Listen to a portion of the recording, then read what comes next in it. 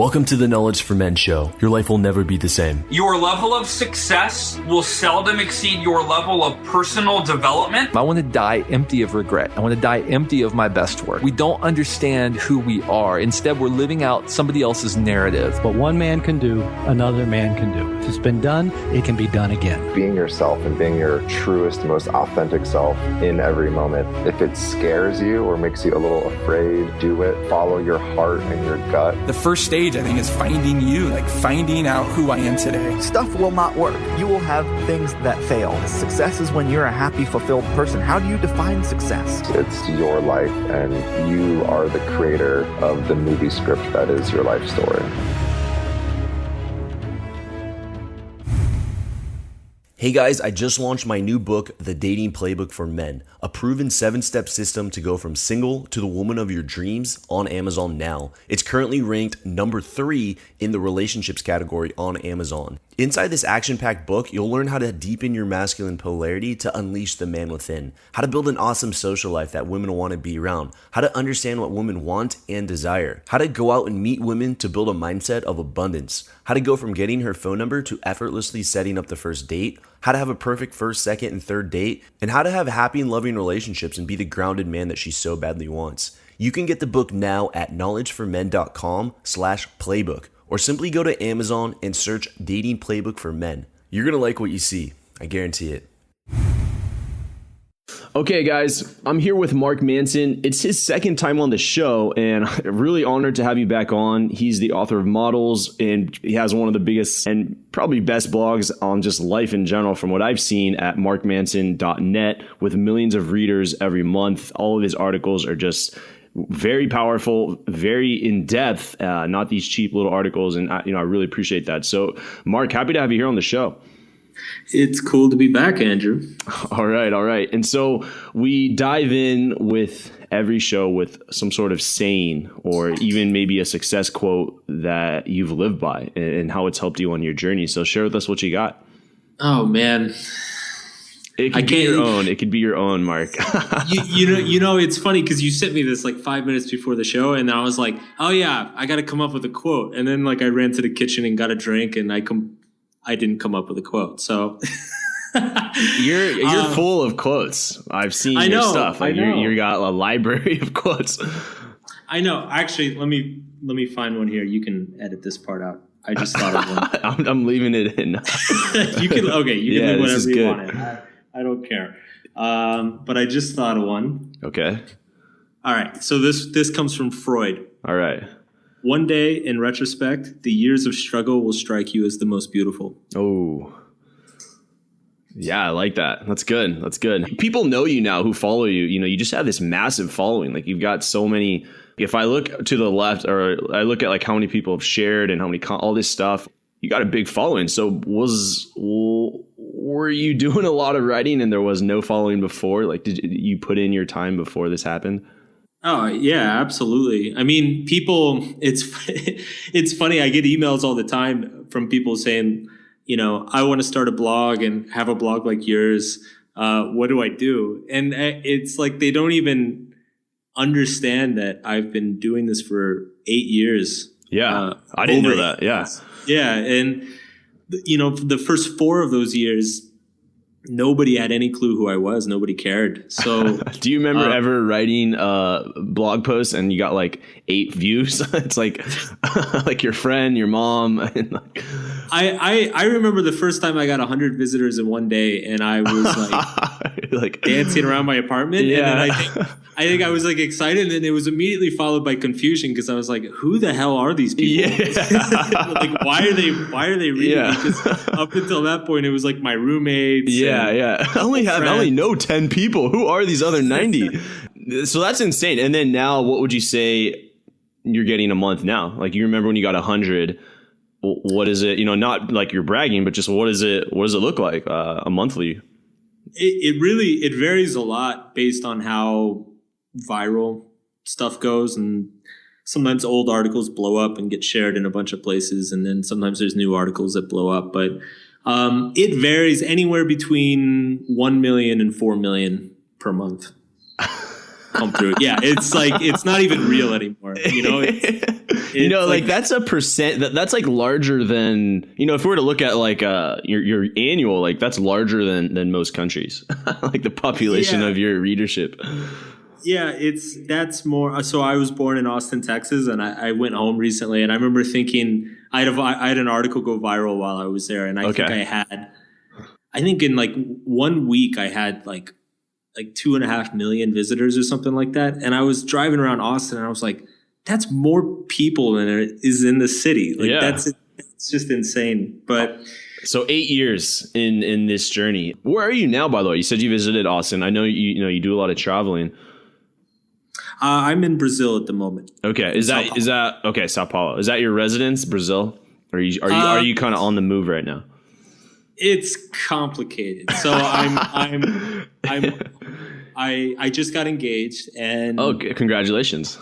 Thank you. And she's Brazilian, so we are in the process of like trying to figure out things down. Yeah, settling down, quote unquote.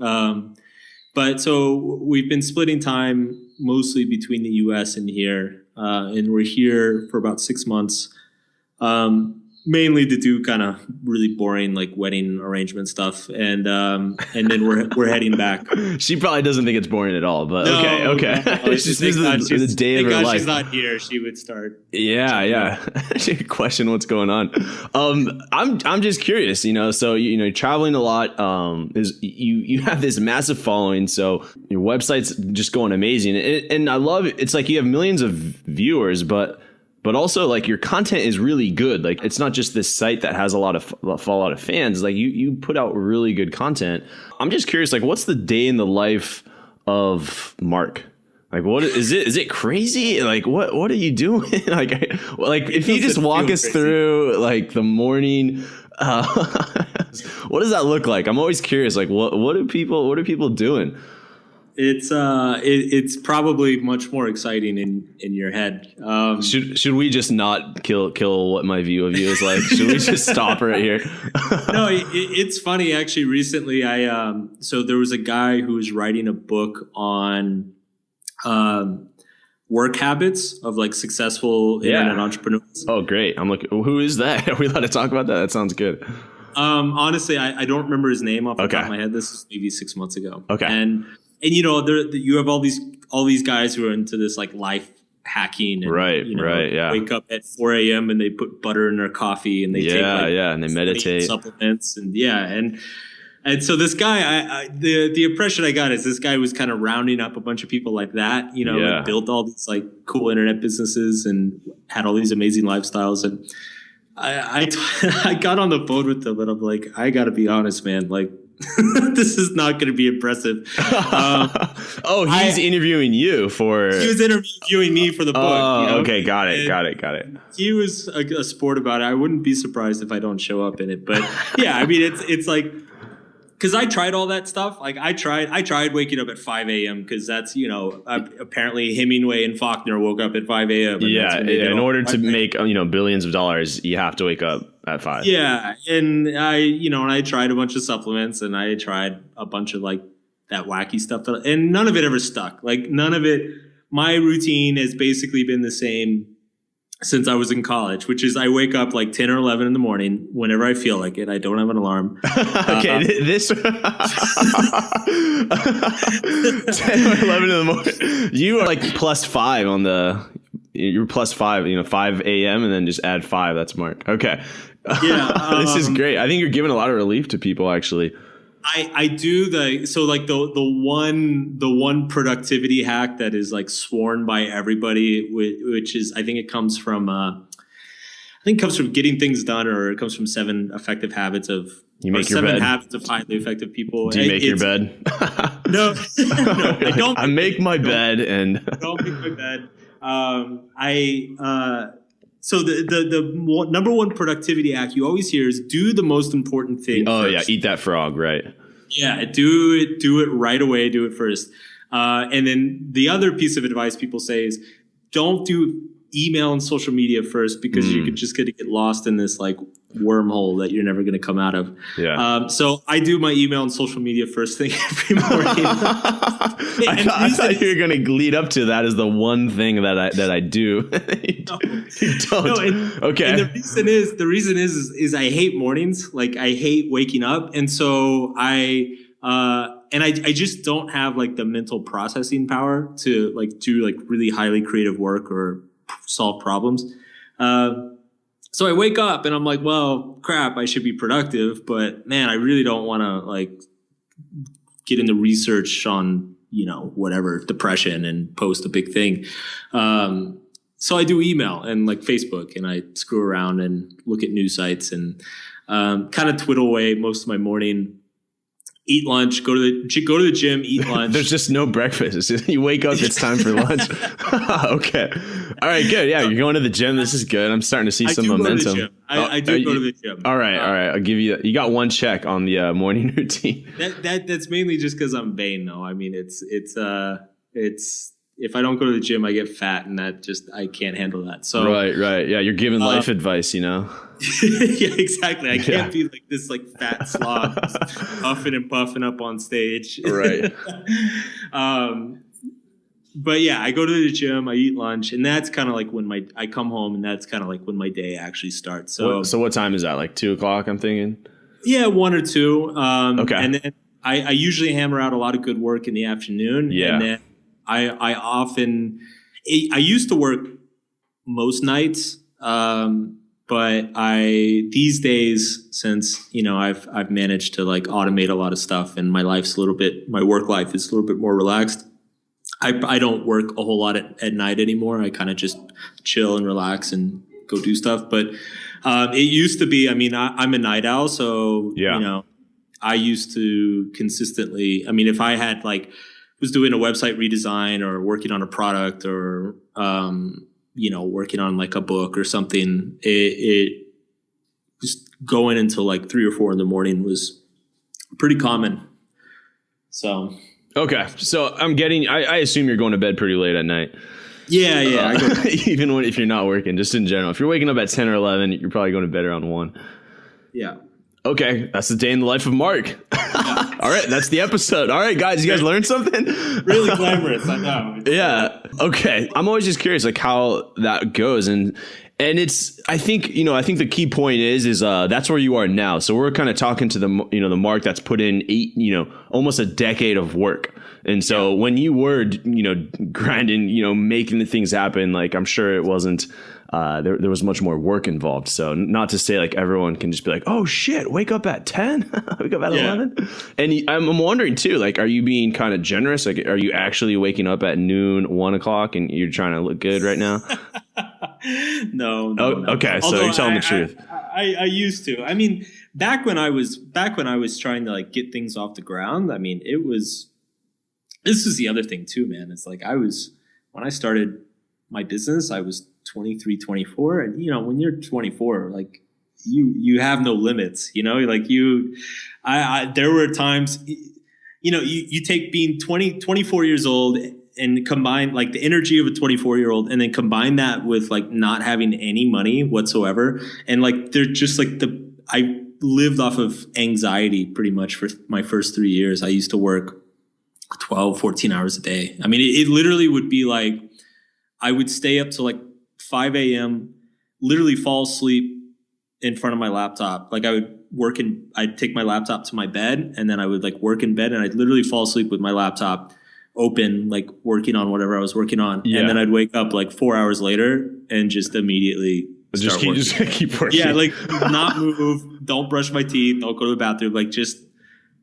laptop's still there in my bed, start working again. I mean, because I had to. I had no money and nobody was buying my shit. So yeah, I had to figure something out. Would you say models was the breakthrough? Was that kind of what got you going, models? Yeah, models was like that changed everything. It really, I mean, not probably too for your career, but I mean also I think in just the industry. Yeah, and I mean, it always makes me really happy to hear guys say that, because that was a conscious goal of mine when I wrote it.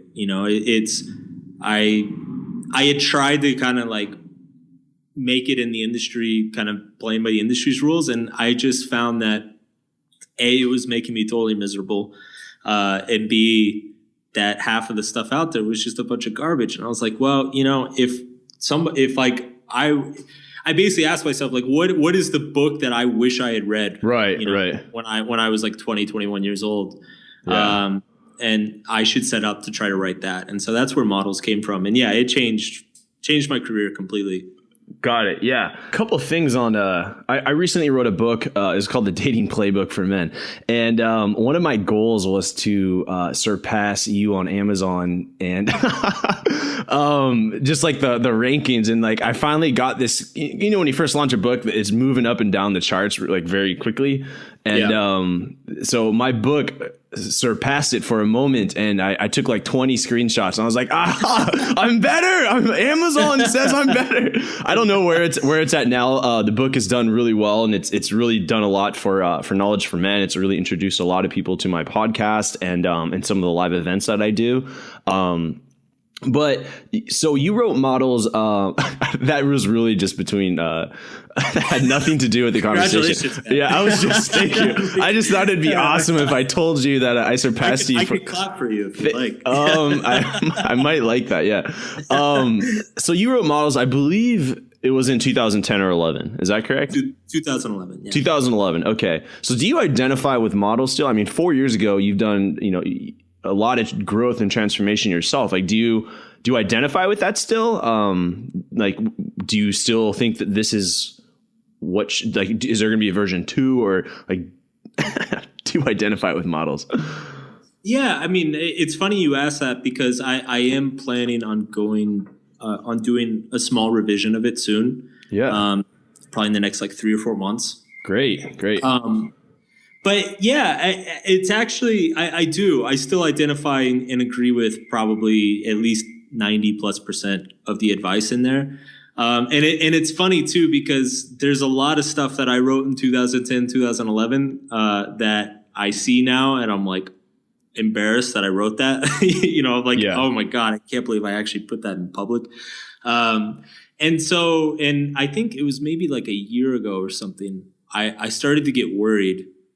Because every once in a while, I'll get an email. I mean, I'm kind of like going in circles around your question. To answer your question, there are small parts, like in some cases, even just single sentences, that sometimes like people email me and say like, hey, this kind of doesn't sound like you. Do you still agree with this? Yeah. And I see that, and I'm like, that could be written much better, or that could be explained much better. Yeah, more in depth.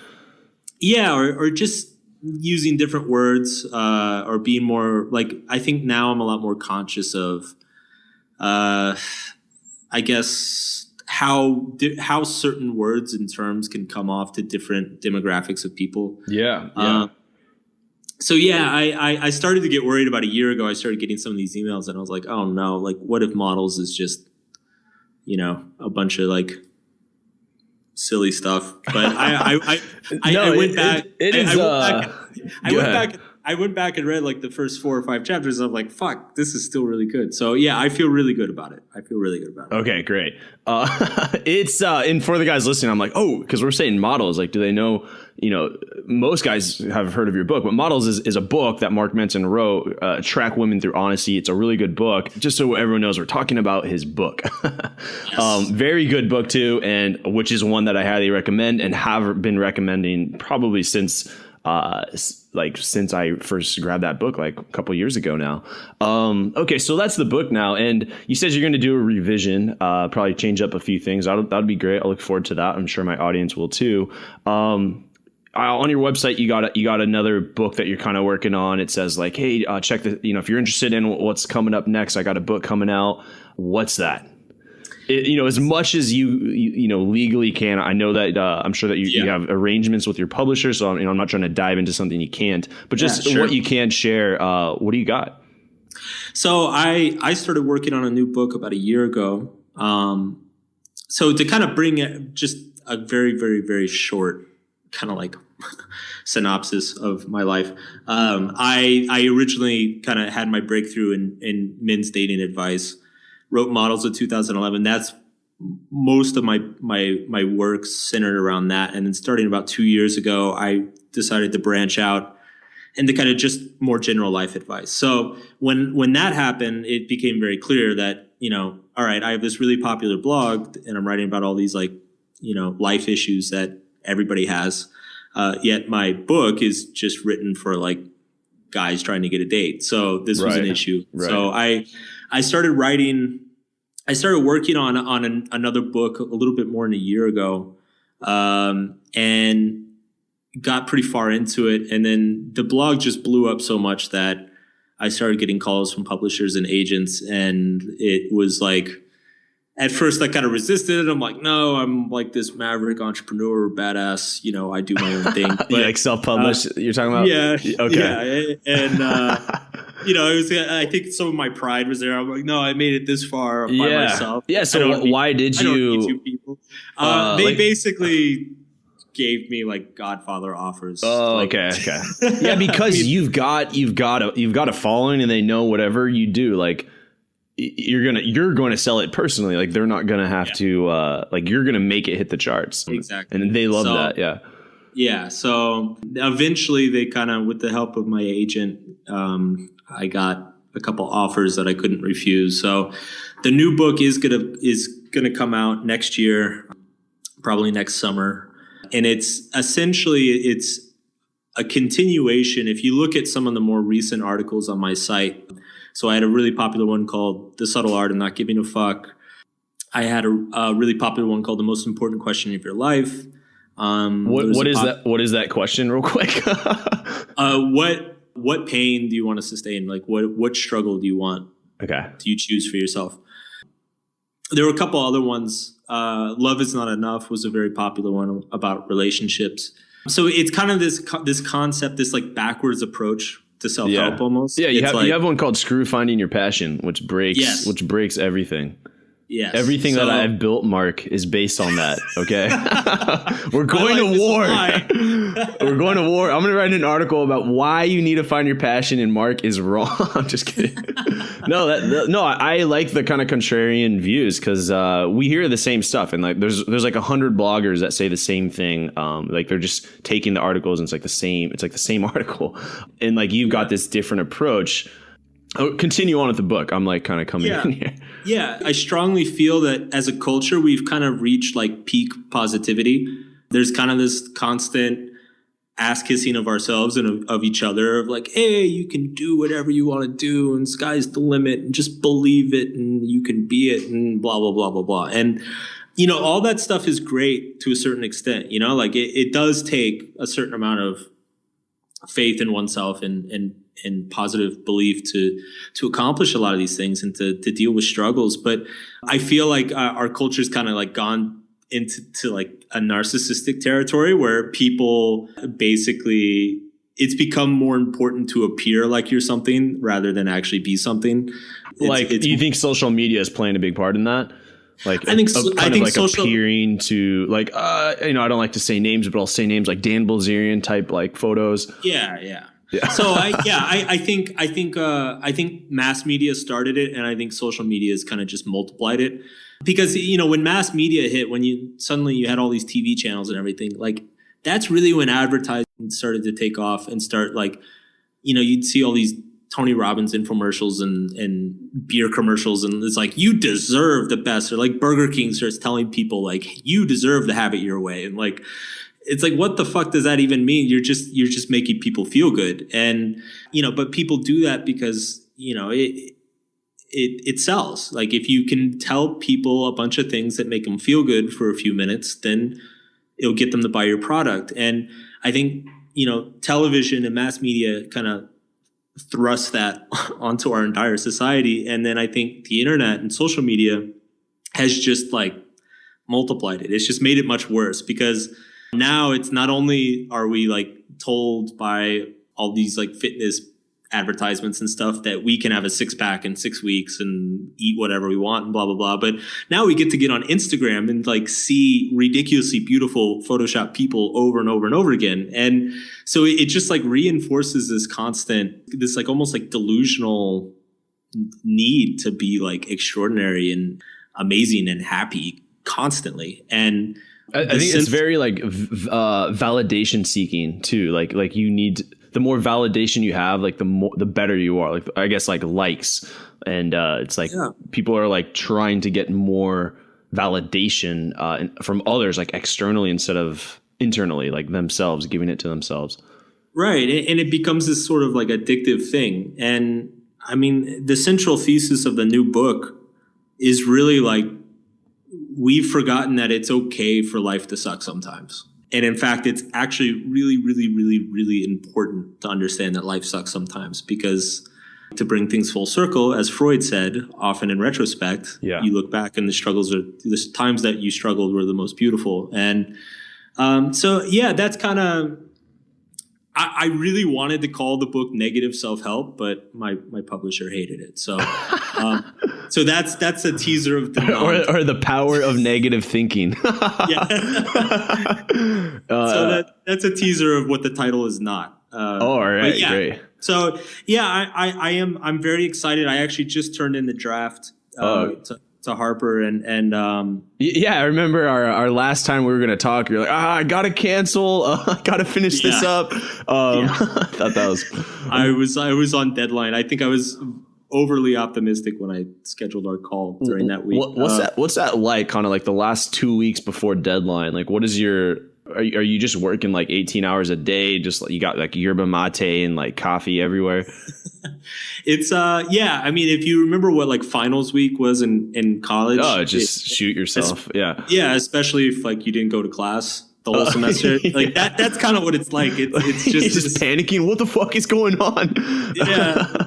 Like I have an assistant who helps me out and does a lot of research for me and does a lot of editing for me and stuff. And I was working with him a lot the last week. You know, he was giving me a lot of feedback and helping me like put some sections together. And there was one point, I think it was like 10 or 11 days straight where I worked just all day and I took one night off. I went out with some friends, but other than that, it was like 11 days, all day, all night. And like you haven't seen, like you walk outside, you're like, whoa, like there's fresh air, like, whoa, people. It was just eat, sleep, and revise basically. And it was funny. I got like, it was like 3 days before the deadline or something. And I was just talking to my guy who works for me. And I was like, dude, I'm like reading the same paragraph like 5 times. I don't even know what it says. Like, I don't know if it's good. Like all the words just kind of like blur together. And I'm like, I couldn't even tell you if that's good. I couldn't even tell you if it makes sense anymore. You know, my mind was just so fried. So it's intense, but you know, I love it. I love writing. And I tend to work better under pressure. So it was exciting times. Wow. So we got a book coming out, guys. Would you say early next year or kind of next summer is what next summer? And if people here, you know, decide to follow me on Facebook or through email or whatever, like I'll announce everything when I can. Yeah. Great. So you've kind of shifted out of the, I wouldn't say shifted entirely because you're still helping out guys. It's more of like a general book for both genders. You know, what's your take on men's work? Like kind of today, it's really grown. It's really not this, it still is kind of, not everyone knows about it, but not as underground as it used to be. There's a lot of different organizations that have grown significantly. I've been to what I believe are some of the biggest ones. I'm sure if you've gone and done some men's work, probably the same ones. What's your take on men's work today? I think I'm pretty excited about it. I think it's cool to see it growing so much, see podcasts like yours growing so much. And I used to exclusively do content for men, and I went gender neutral a couple years ago. But, you know, I still kind of keep an eye on it, keep tabs on it, because one of the big reasons I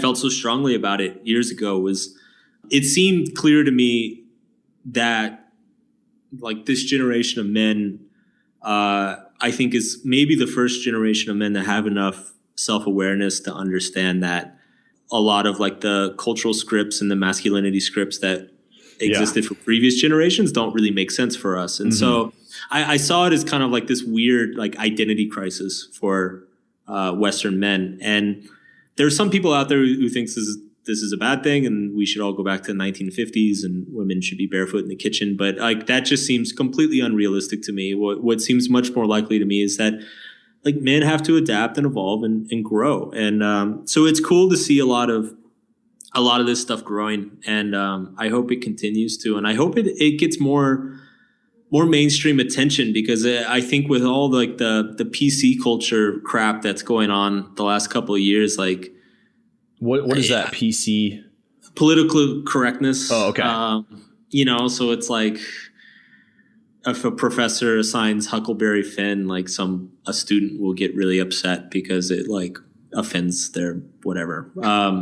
Okay. And want to get the book banned. So I look forward and I hope that, stuff like this gets more attention, more mainstream attention, that people see that like, yeah, like men are actually like taking some responsibility and working on themselves and doing cool things. So Good. Yeah. Just curious on your take on it, just as you've kind of grown into a new direction, what your thoughts are on that. There's also kind of like the dark side of men's work. Any thoughts on that? Because it can be certain organizations, no names can just make it worse. I think it's sad. And I think it's a case where I think, the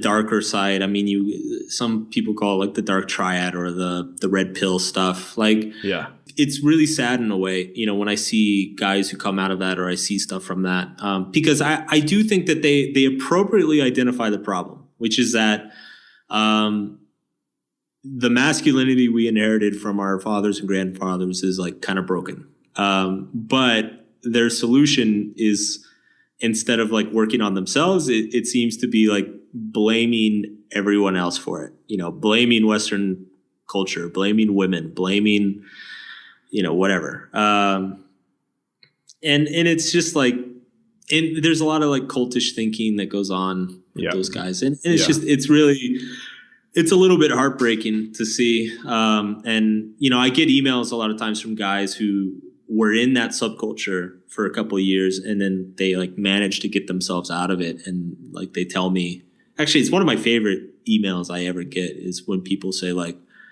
your work helped me get me out of that type of stuff. And my life's so much better, because life is much better than I think those people portray it.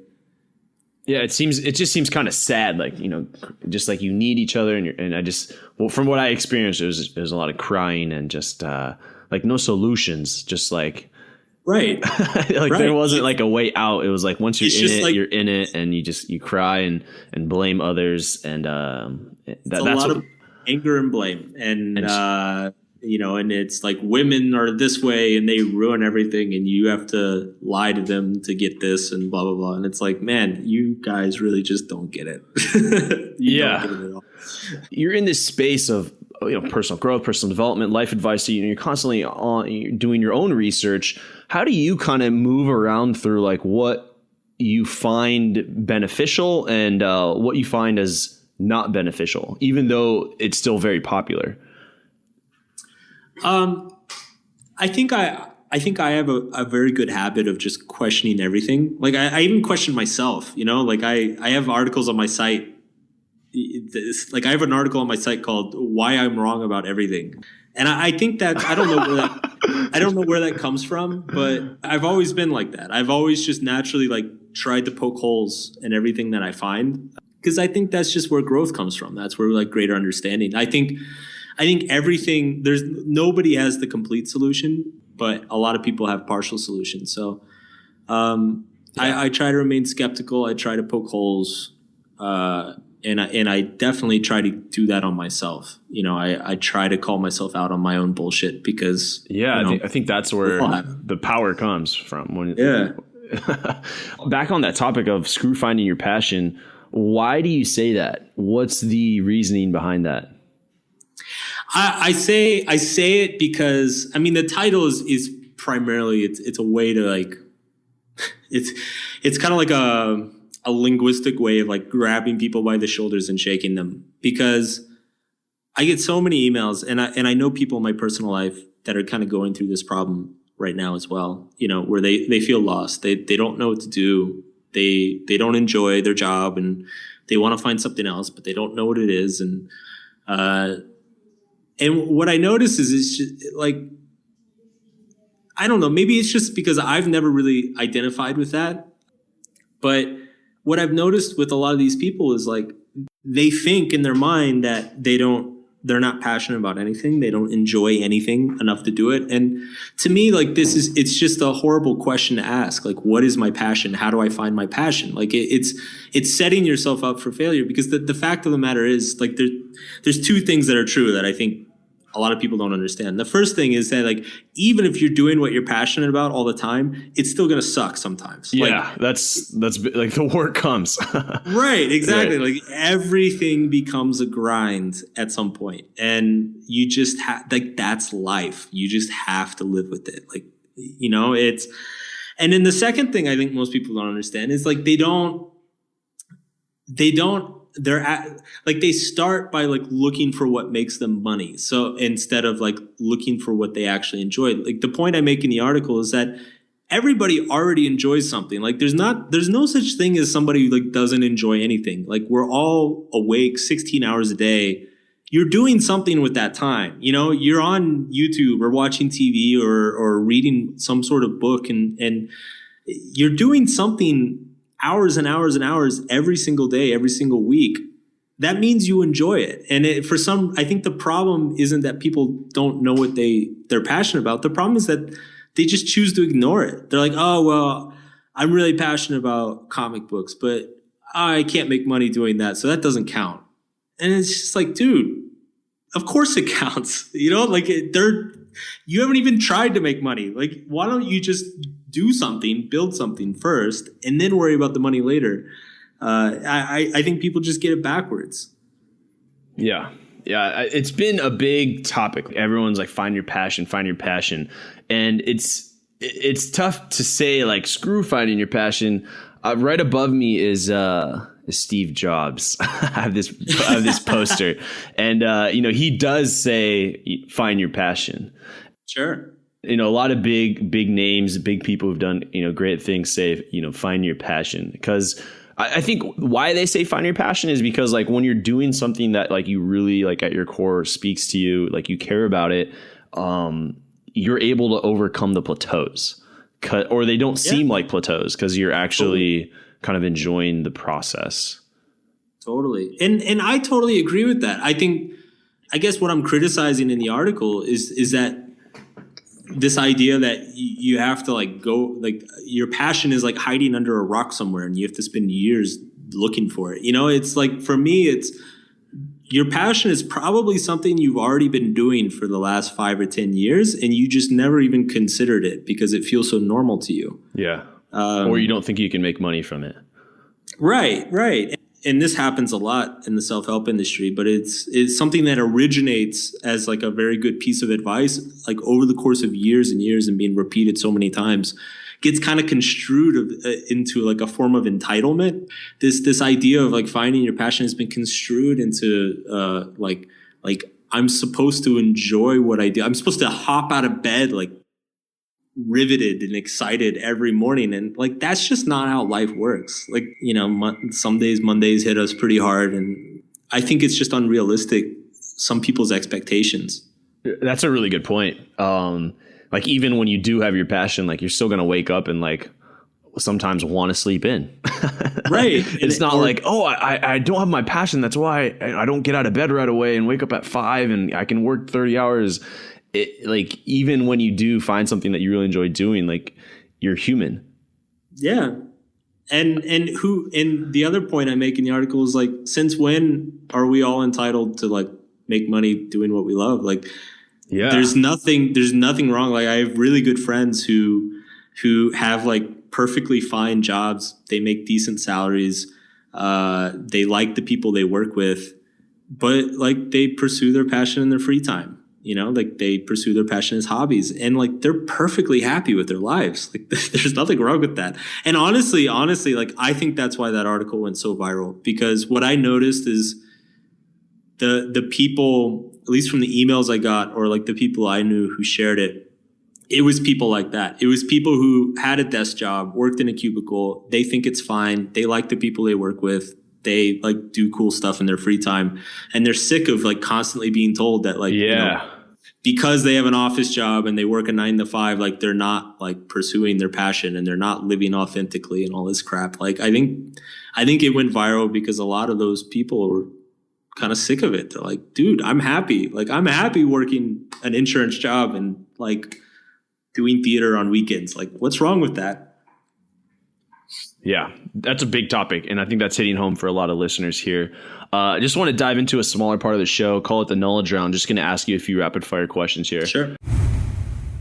Is it worth $10 to get the woman of your dreams? Unveiled at last, a simple proven playbook to go from being a frustrated single man to having the woman of your dreams. A proven strategy so effective that I was scared to unveil this strategy to the world.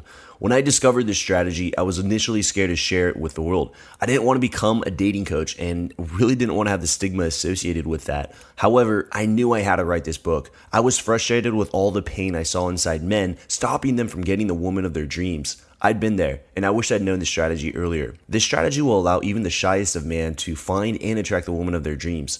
You'll learn how to turn the number one barrier stopping men from chasing the women of their dreams, fear of rejection, into your ally. You'll completely eradicate approach anxiety from your psyche forever, and most importantly, you'll acquire the number one trait that women find most attractive, a man of purpose, the grounded man. Inside this book, you won't find any fluff or any filler. I packed this book full of actionable content to help any man get the woman of their dreams.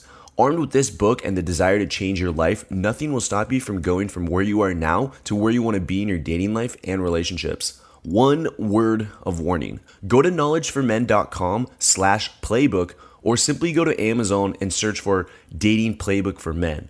Again, that's knowledgeformen.com/playbook or simply go to amazon.com and just search for Dating Playbook for Men. Welcome to the Knowledge Round, where the guests will be asked rapid-fire questions to give the audience invaluable pieces of wisdom to help transform their lives. Starting in 3, 2, 1, showtime. All right. The first question I ask is, what advice would you give to someone who is feeling really lost with where they're at? Let's say they do have a job and they know they don't like it, or they might be in a relationship and they know they don't like it. They're just feeling really lost and kind of unsure of what direction they should go in. I have something that, I mean, it's probably like the piece of advice I give the most often, and it works for a wide variety of situations. Okay. And this is one. And I call it the do something principle. I may have even used it on your last show because it's like, it's like a repeat. Seriously, it's for me, it solves like every life question. And no, well, not everyone listened to that first episode. Yeah. So what do you got? So yeah, the do something principle, it basically, I mean, the story of where it came from. The story of where it came from is I remember I was in high school math and we were taking a test and everybody's like kind of sitting there staring at their paper. Their eyes are really wide. And I remember the math teacher said, you know, what's funny? I've noticed over the years that the kids who learn how to just start writing the problem and messing with the problem, like it's the kids who just start writing whatever, who eventually find the solution. He said that the people who just stare at the paper, like waiting for the solution to come to them, they never figure anything out. And I originally, you know, I applied that to academics. I thought, wow, that's really smart. Like there's something just about like copying the problem and like doing like the first step, you know, because you look just getting started. Yeah. You look at the math problem. You're like, well, I know what the first step is. I just don't know what the next 7 are. But something about just writing that first step suddenly makes like the second one a little bit more clear. And then suddenly a third step shows up that you never would have expected before. And as I grew up, I kind of realized that applies to life. It applies both to procrastination, but also I think a lot of these like kind of like life purpose questions. And I think a big mistake a lot of these people who feel stuck or lost is they feel like they need some sort of like final solution.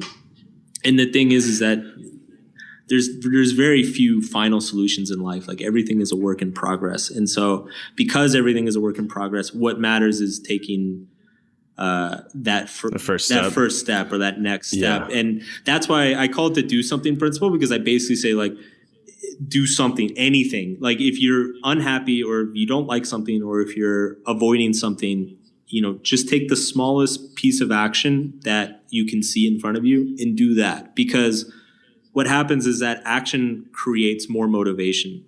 Just doing that first step will create more motivation and help you see other things that will allow you to do the next step. So yeah. It's like getting out of your head and just like into your body, like just doing something and getting some results. And then, as you said, like momentum starts to build. And once you have momentum, it's like things start to come together. Yeah, totally. Great. What would you say was holding you back from, you've gone through probably, it might be a good article, like just like different stages of your life, and like what transformation happened in each stage. What were like the key lessons? Like, what would you say was holding you back from becoming the man you are now today? Oh man. I thought this was rapid fire. Maybe I should change the wording of that to like deep, critical thinking, life enhancing questions. Yeah, this is the philosophizing round, not the knowledge round. Yeah.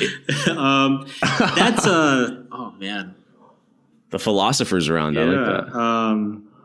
I mean, I can look back at the different phases of my life, and I can pretty clearly point out, like, I think we all kind of look at our life in terms of like different phases, and I think in many ways, the phase of each phase of our life is defined as like kind of the big problem we're trying to solve in ourselves. So I think when I was younger, I just had a very miserable family life.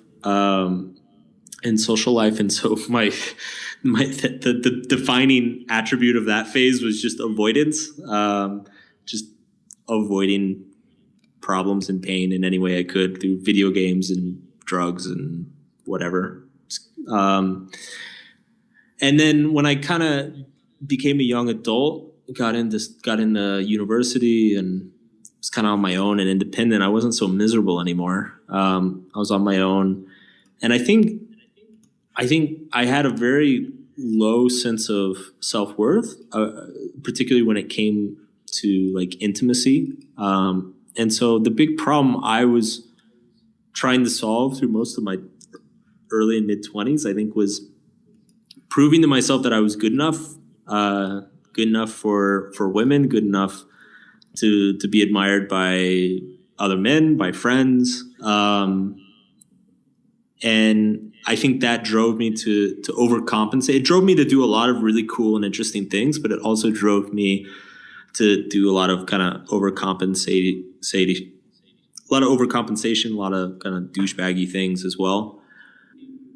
More recently, the big hurdle that I feel like I'm just now overcoming has revolved around like commitment, understanding my own limitations, understanding that I am limited.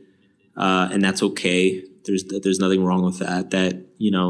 There's nothing wrong with not achieving everything I want to achieve.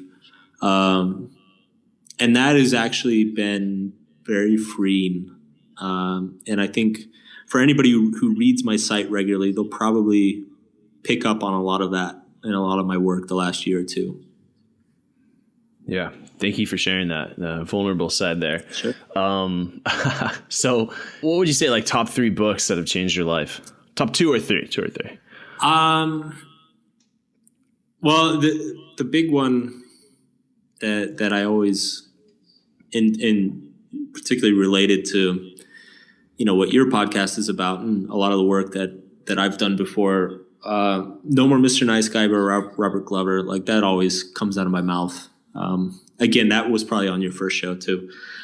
Yeah, it was. I'm looking at my calendar. I got him back on exactly a week from right now at the same time. Man, I need to talk to that guy. When I read that book, I felt like I was reading a biography about me, my dad, and my brother all at the same time. Yeah. I'll shoot an intro. Yeah. Yeah, that would be cool. Yeah, I'll do that. So I'm trying to think of a couple others then. That could be like a catalyst for that stage of your life. Sure. And like maybe even just recently, because you in the last 2 years you've been going in this other direction here, which has been very, very profound for a lot of people, a lot of readers. The last book, I mean, I'll just say this: the last book that really kind of just blew my mind all over the room was Denial of Death by Ernest Becker. Okay. It's pretty dense. Like it's definitely pretty academic. Like he gets into a lot of psychology and philosophy. But it's worth it. I mean, it's basically what he says is like, he says that everything we're motivated to do is in an effort to kind of like create something that allows us to live on when our physical selves die. And that sounds really kind of simple and basic, but like when you get into the book and he starts unpacking all of it and you start realizing like, holy crap, like this is where religion comes from. This is where politics come from. This is where love comes from. Like, Jesus Christ, no pun intended. So yeah, it's a really, like, that one really shook me up. I don't know if there was any like really practical takeaways from that one. Okay. Why? Okay. I actually have this book. I'm looking at it on my shelf. I have a stack of probably 40 books I need to go through. And it's probably like somewhere in the middle there. I'm looking right at it right now. I'll have to dive through that book because it's about I think the third time it's been recommended. It's a trip. It takes some work, but it's worth it. And yeah, it's one of those books that, it's not like, something like 7 Habits of Highly Effective People or whatever. It's like practical. Yeah. Where you come out with like a list, like a to-do list of things to start implementing. It's completely opposite of that. It's like, it's one of those books that just changes how you see everything. And if that has any sort of like tangible effect on your life, like it's not really noticeable. Like it doesn't come from like doing different things, but yeah, I really loved it. Yeah, I'll have to check that out. And I'm sure a lot of listeners want to check out both books, No More Mr. Nice Guy and The Denial of Death. Just to conclude here, I've already asked some of these questions before and kind of want to get your perspective. Maybe this intertwines with some of the new book, but like, what would you say is your philosophy on living a happy life? And this totally comes from the new book. So this is a little preview if people like this. Yeah. Basically, I say that life is happiness comes from solving problems, and the thing is that when you solve problems, the solution to each problem just creates better problems. So you could say that really the only way you can improve your life is by creating better problems for yourself. But to kind of like unpack that a little bit and like why that's important. If happiness comes from solving problems, I think the biggest mistake that most people make, especially in this day and age, is that they think that happiness means having no problems. And the thing is, that if you deny your problems or avoid your problems or construct your life in such a way that there are no problems, that will make you miserable because you have nothing to solve. It will feel meaningless because there's nothing to solve. And then the other way that people feel miserable is that they feel as though they have problems that they can't solve. So that's kind of the basis of most of the book. My mentor was just telling me this story about he's like one of those popular like kind of like the early tycoon guys, but the last thing that he told his son, I can't think of his name right now. The last thing that he was a billionaire. He achieved everything that he wanted in his life. And the last thing that he told his son was, don't ever achieve all of your goals in life. Yeah. And then he killed himself in front of his son, and it's just like dramatic. Yeah. Jesus. And so, yeah. That's crazy. And so why he was so miserable and depressed because he achieved everything that he wanted in his life. Yeah. And it's just so crazy. He was a billionaire and he had everything that you could possibly imagine. And so his son, who this sucks, I can't think of his name. His son is a famous guy, and he went and he became a billionaire because he set his goals so high that he could never achieve them. Yeah. He set impossible goals so that he was constantly always challenged in his life, and as a result of that, he became his own billionaire on his own, aside from his father's fortune. I hate how I can't think of his name. I'll have to reach out to my mentor. But he told me that story, and that just really resonates with what you just said. Yeah. I think we do want to find happiness through a lack or not having any problems, or like eliminating all of our problems in life. Yeah. Yeah, an example I use in the book is Marilyn Manson actually said that the most depressed he ever was in his life was right after he became famous. And he said it was because it was basically everything he had been dreaming about since he was 10 years old, like suddenly came true in the span of a year. And he said that he didn't know what to dream about anymore. So He just became depressed. Yeah. Yeah. Ryan Holiday, he's been on the show here. I'm sure you're familiar with him. He has a book called The Obstacle is the Way. Yeah. And he talks in the book, he gives all these real life examples from history and significant people, and how the obstacle, the problem that we have is like the exact problem that we should have, and like that it's healthy for us and that it's good for us, and that by having this problem, it's going to help us become even stronger in our lives. And I love the topic, and I think we're going into like another episode right here, so I'm gonna slash it, but like I just love the topic. So I know your book's all about it. We'll conclude the knowledge round there, and just when that book comes out, would love to have you back on to dive deeper and help you promote your new work. Love all the work that you're doing, articles, even models, and just where you're going now. I still love it, and been a part of your programs and stuff. So other than, let's say the book, like you finished up the draft, like what would you say is like really exciting you today? Like what are you kind of looking forward to in 2016? This sounds crazy, but I've been nomadic for the last 6 years. Actually, you could add that book to Influential, the 4-Hour Work Week. But because I've basically kind of been living that lifestyle the last 5 or 6 years, I am really excited to move to New York and lease an apartment for over a year. And it's funny because I never thought I would get to this point where it's like, I'm going to like settle down into the same place and stop traveling for a while. But I'm actually really looking forward to it, like having my own furniture and having a TV and like having, some more clothes. Like it's time. It's totally time. My 20s were a blast. I traveled the world. I had amazing experiences, but I am ready to have a home again. So. Wow.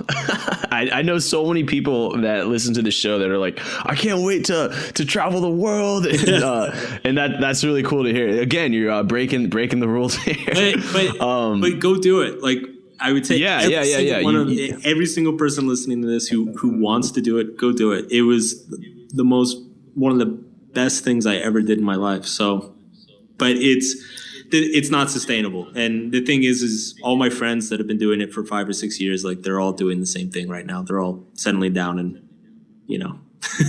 it's go do it. It's totally worth it. It's worth it. Yeah. You've probably heard of Rolf Potts, the book Vagabonding. Yeah. Yeah. I just interviewed him, and like he even says that he's got like he loves just coming home sometimes is like his favorite. Sometimes that's like his just peaceful thing that he just loves doing, even though he's just like this mega traveler. Yeah, he loves having a place to call home.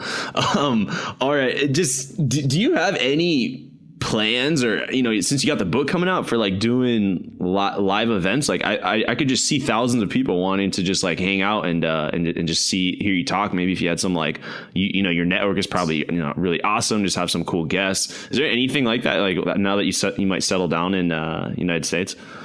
It's a possibility. So I've got a few ideas of I'm starting to think, since I just turned in the draft couple weeks ago, I'm starting to think about possibilities of like what's next.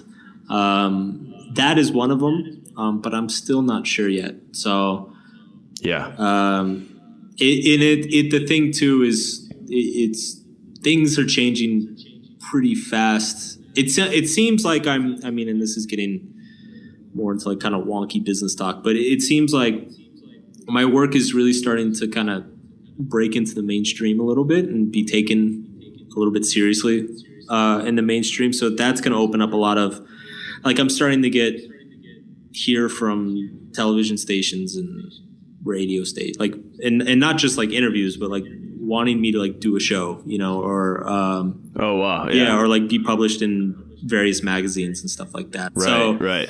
Like Knowledge for Men and all that. They're hitting you up. Like, this is just an honor.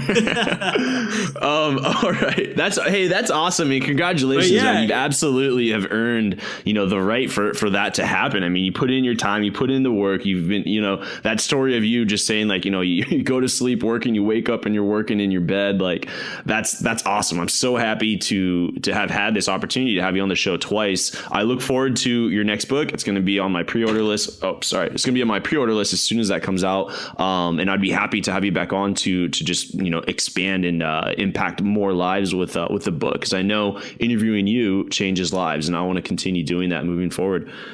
All right. Sounds good, man. Appreciate it.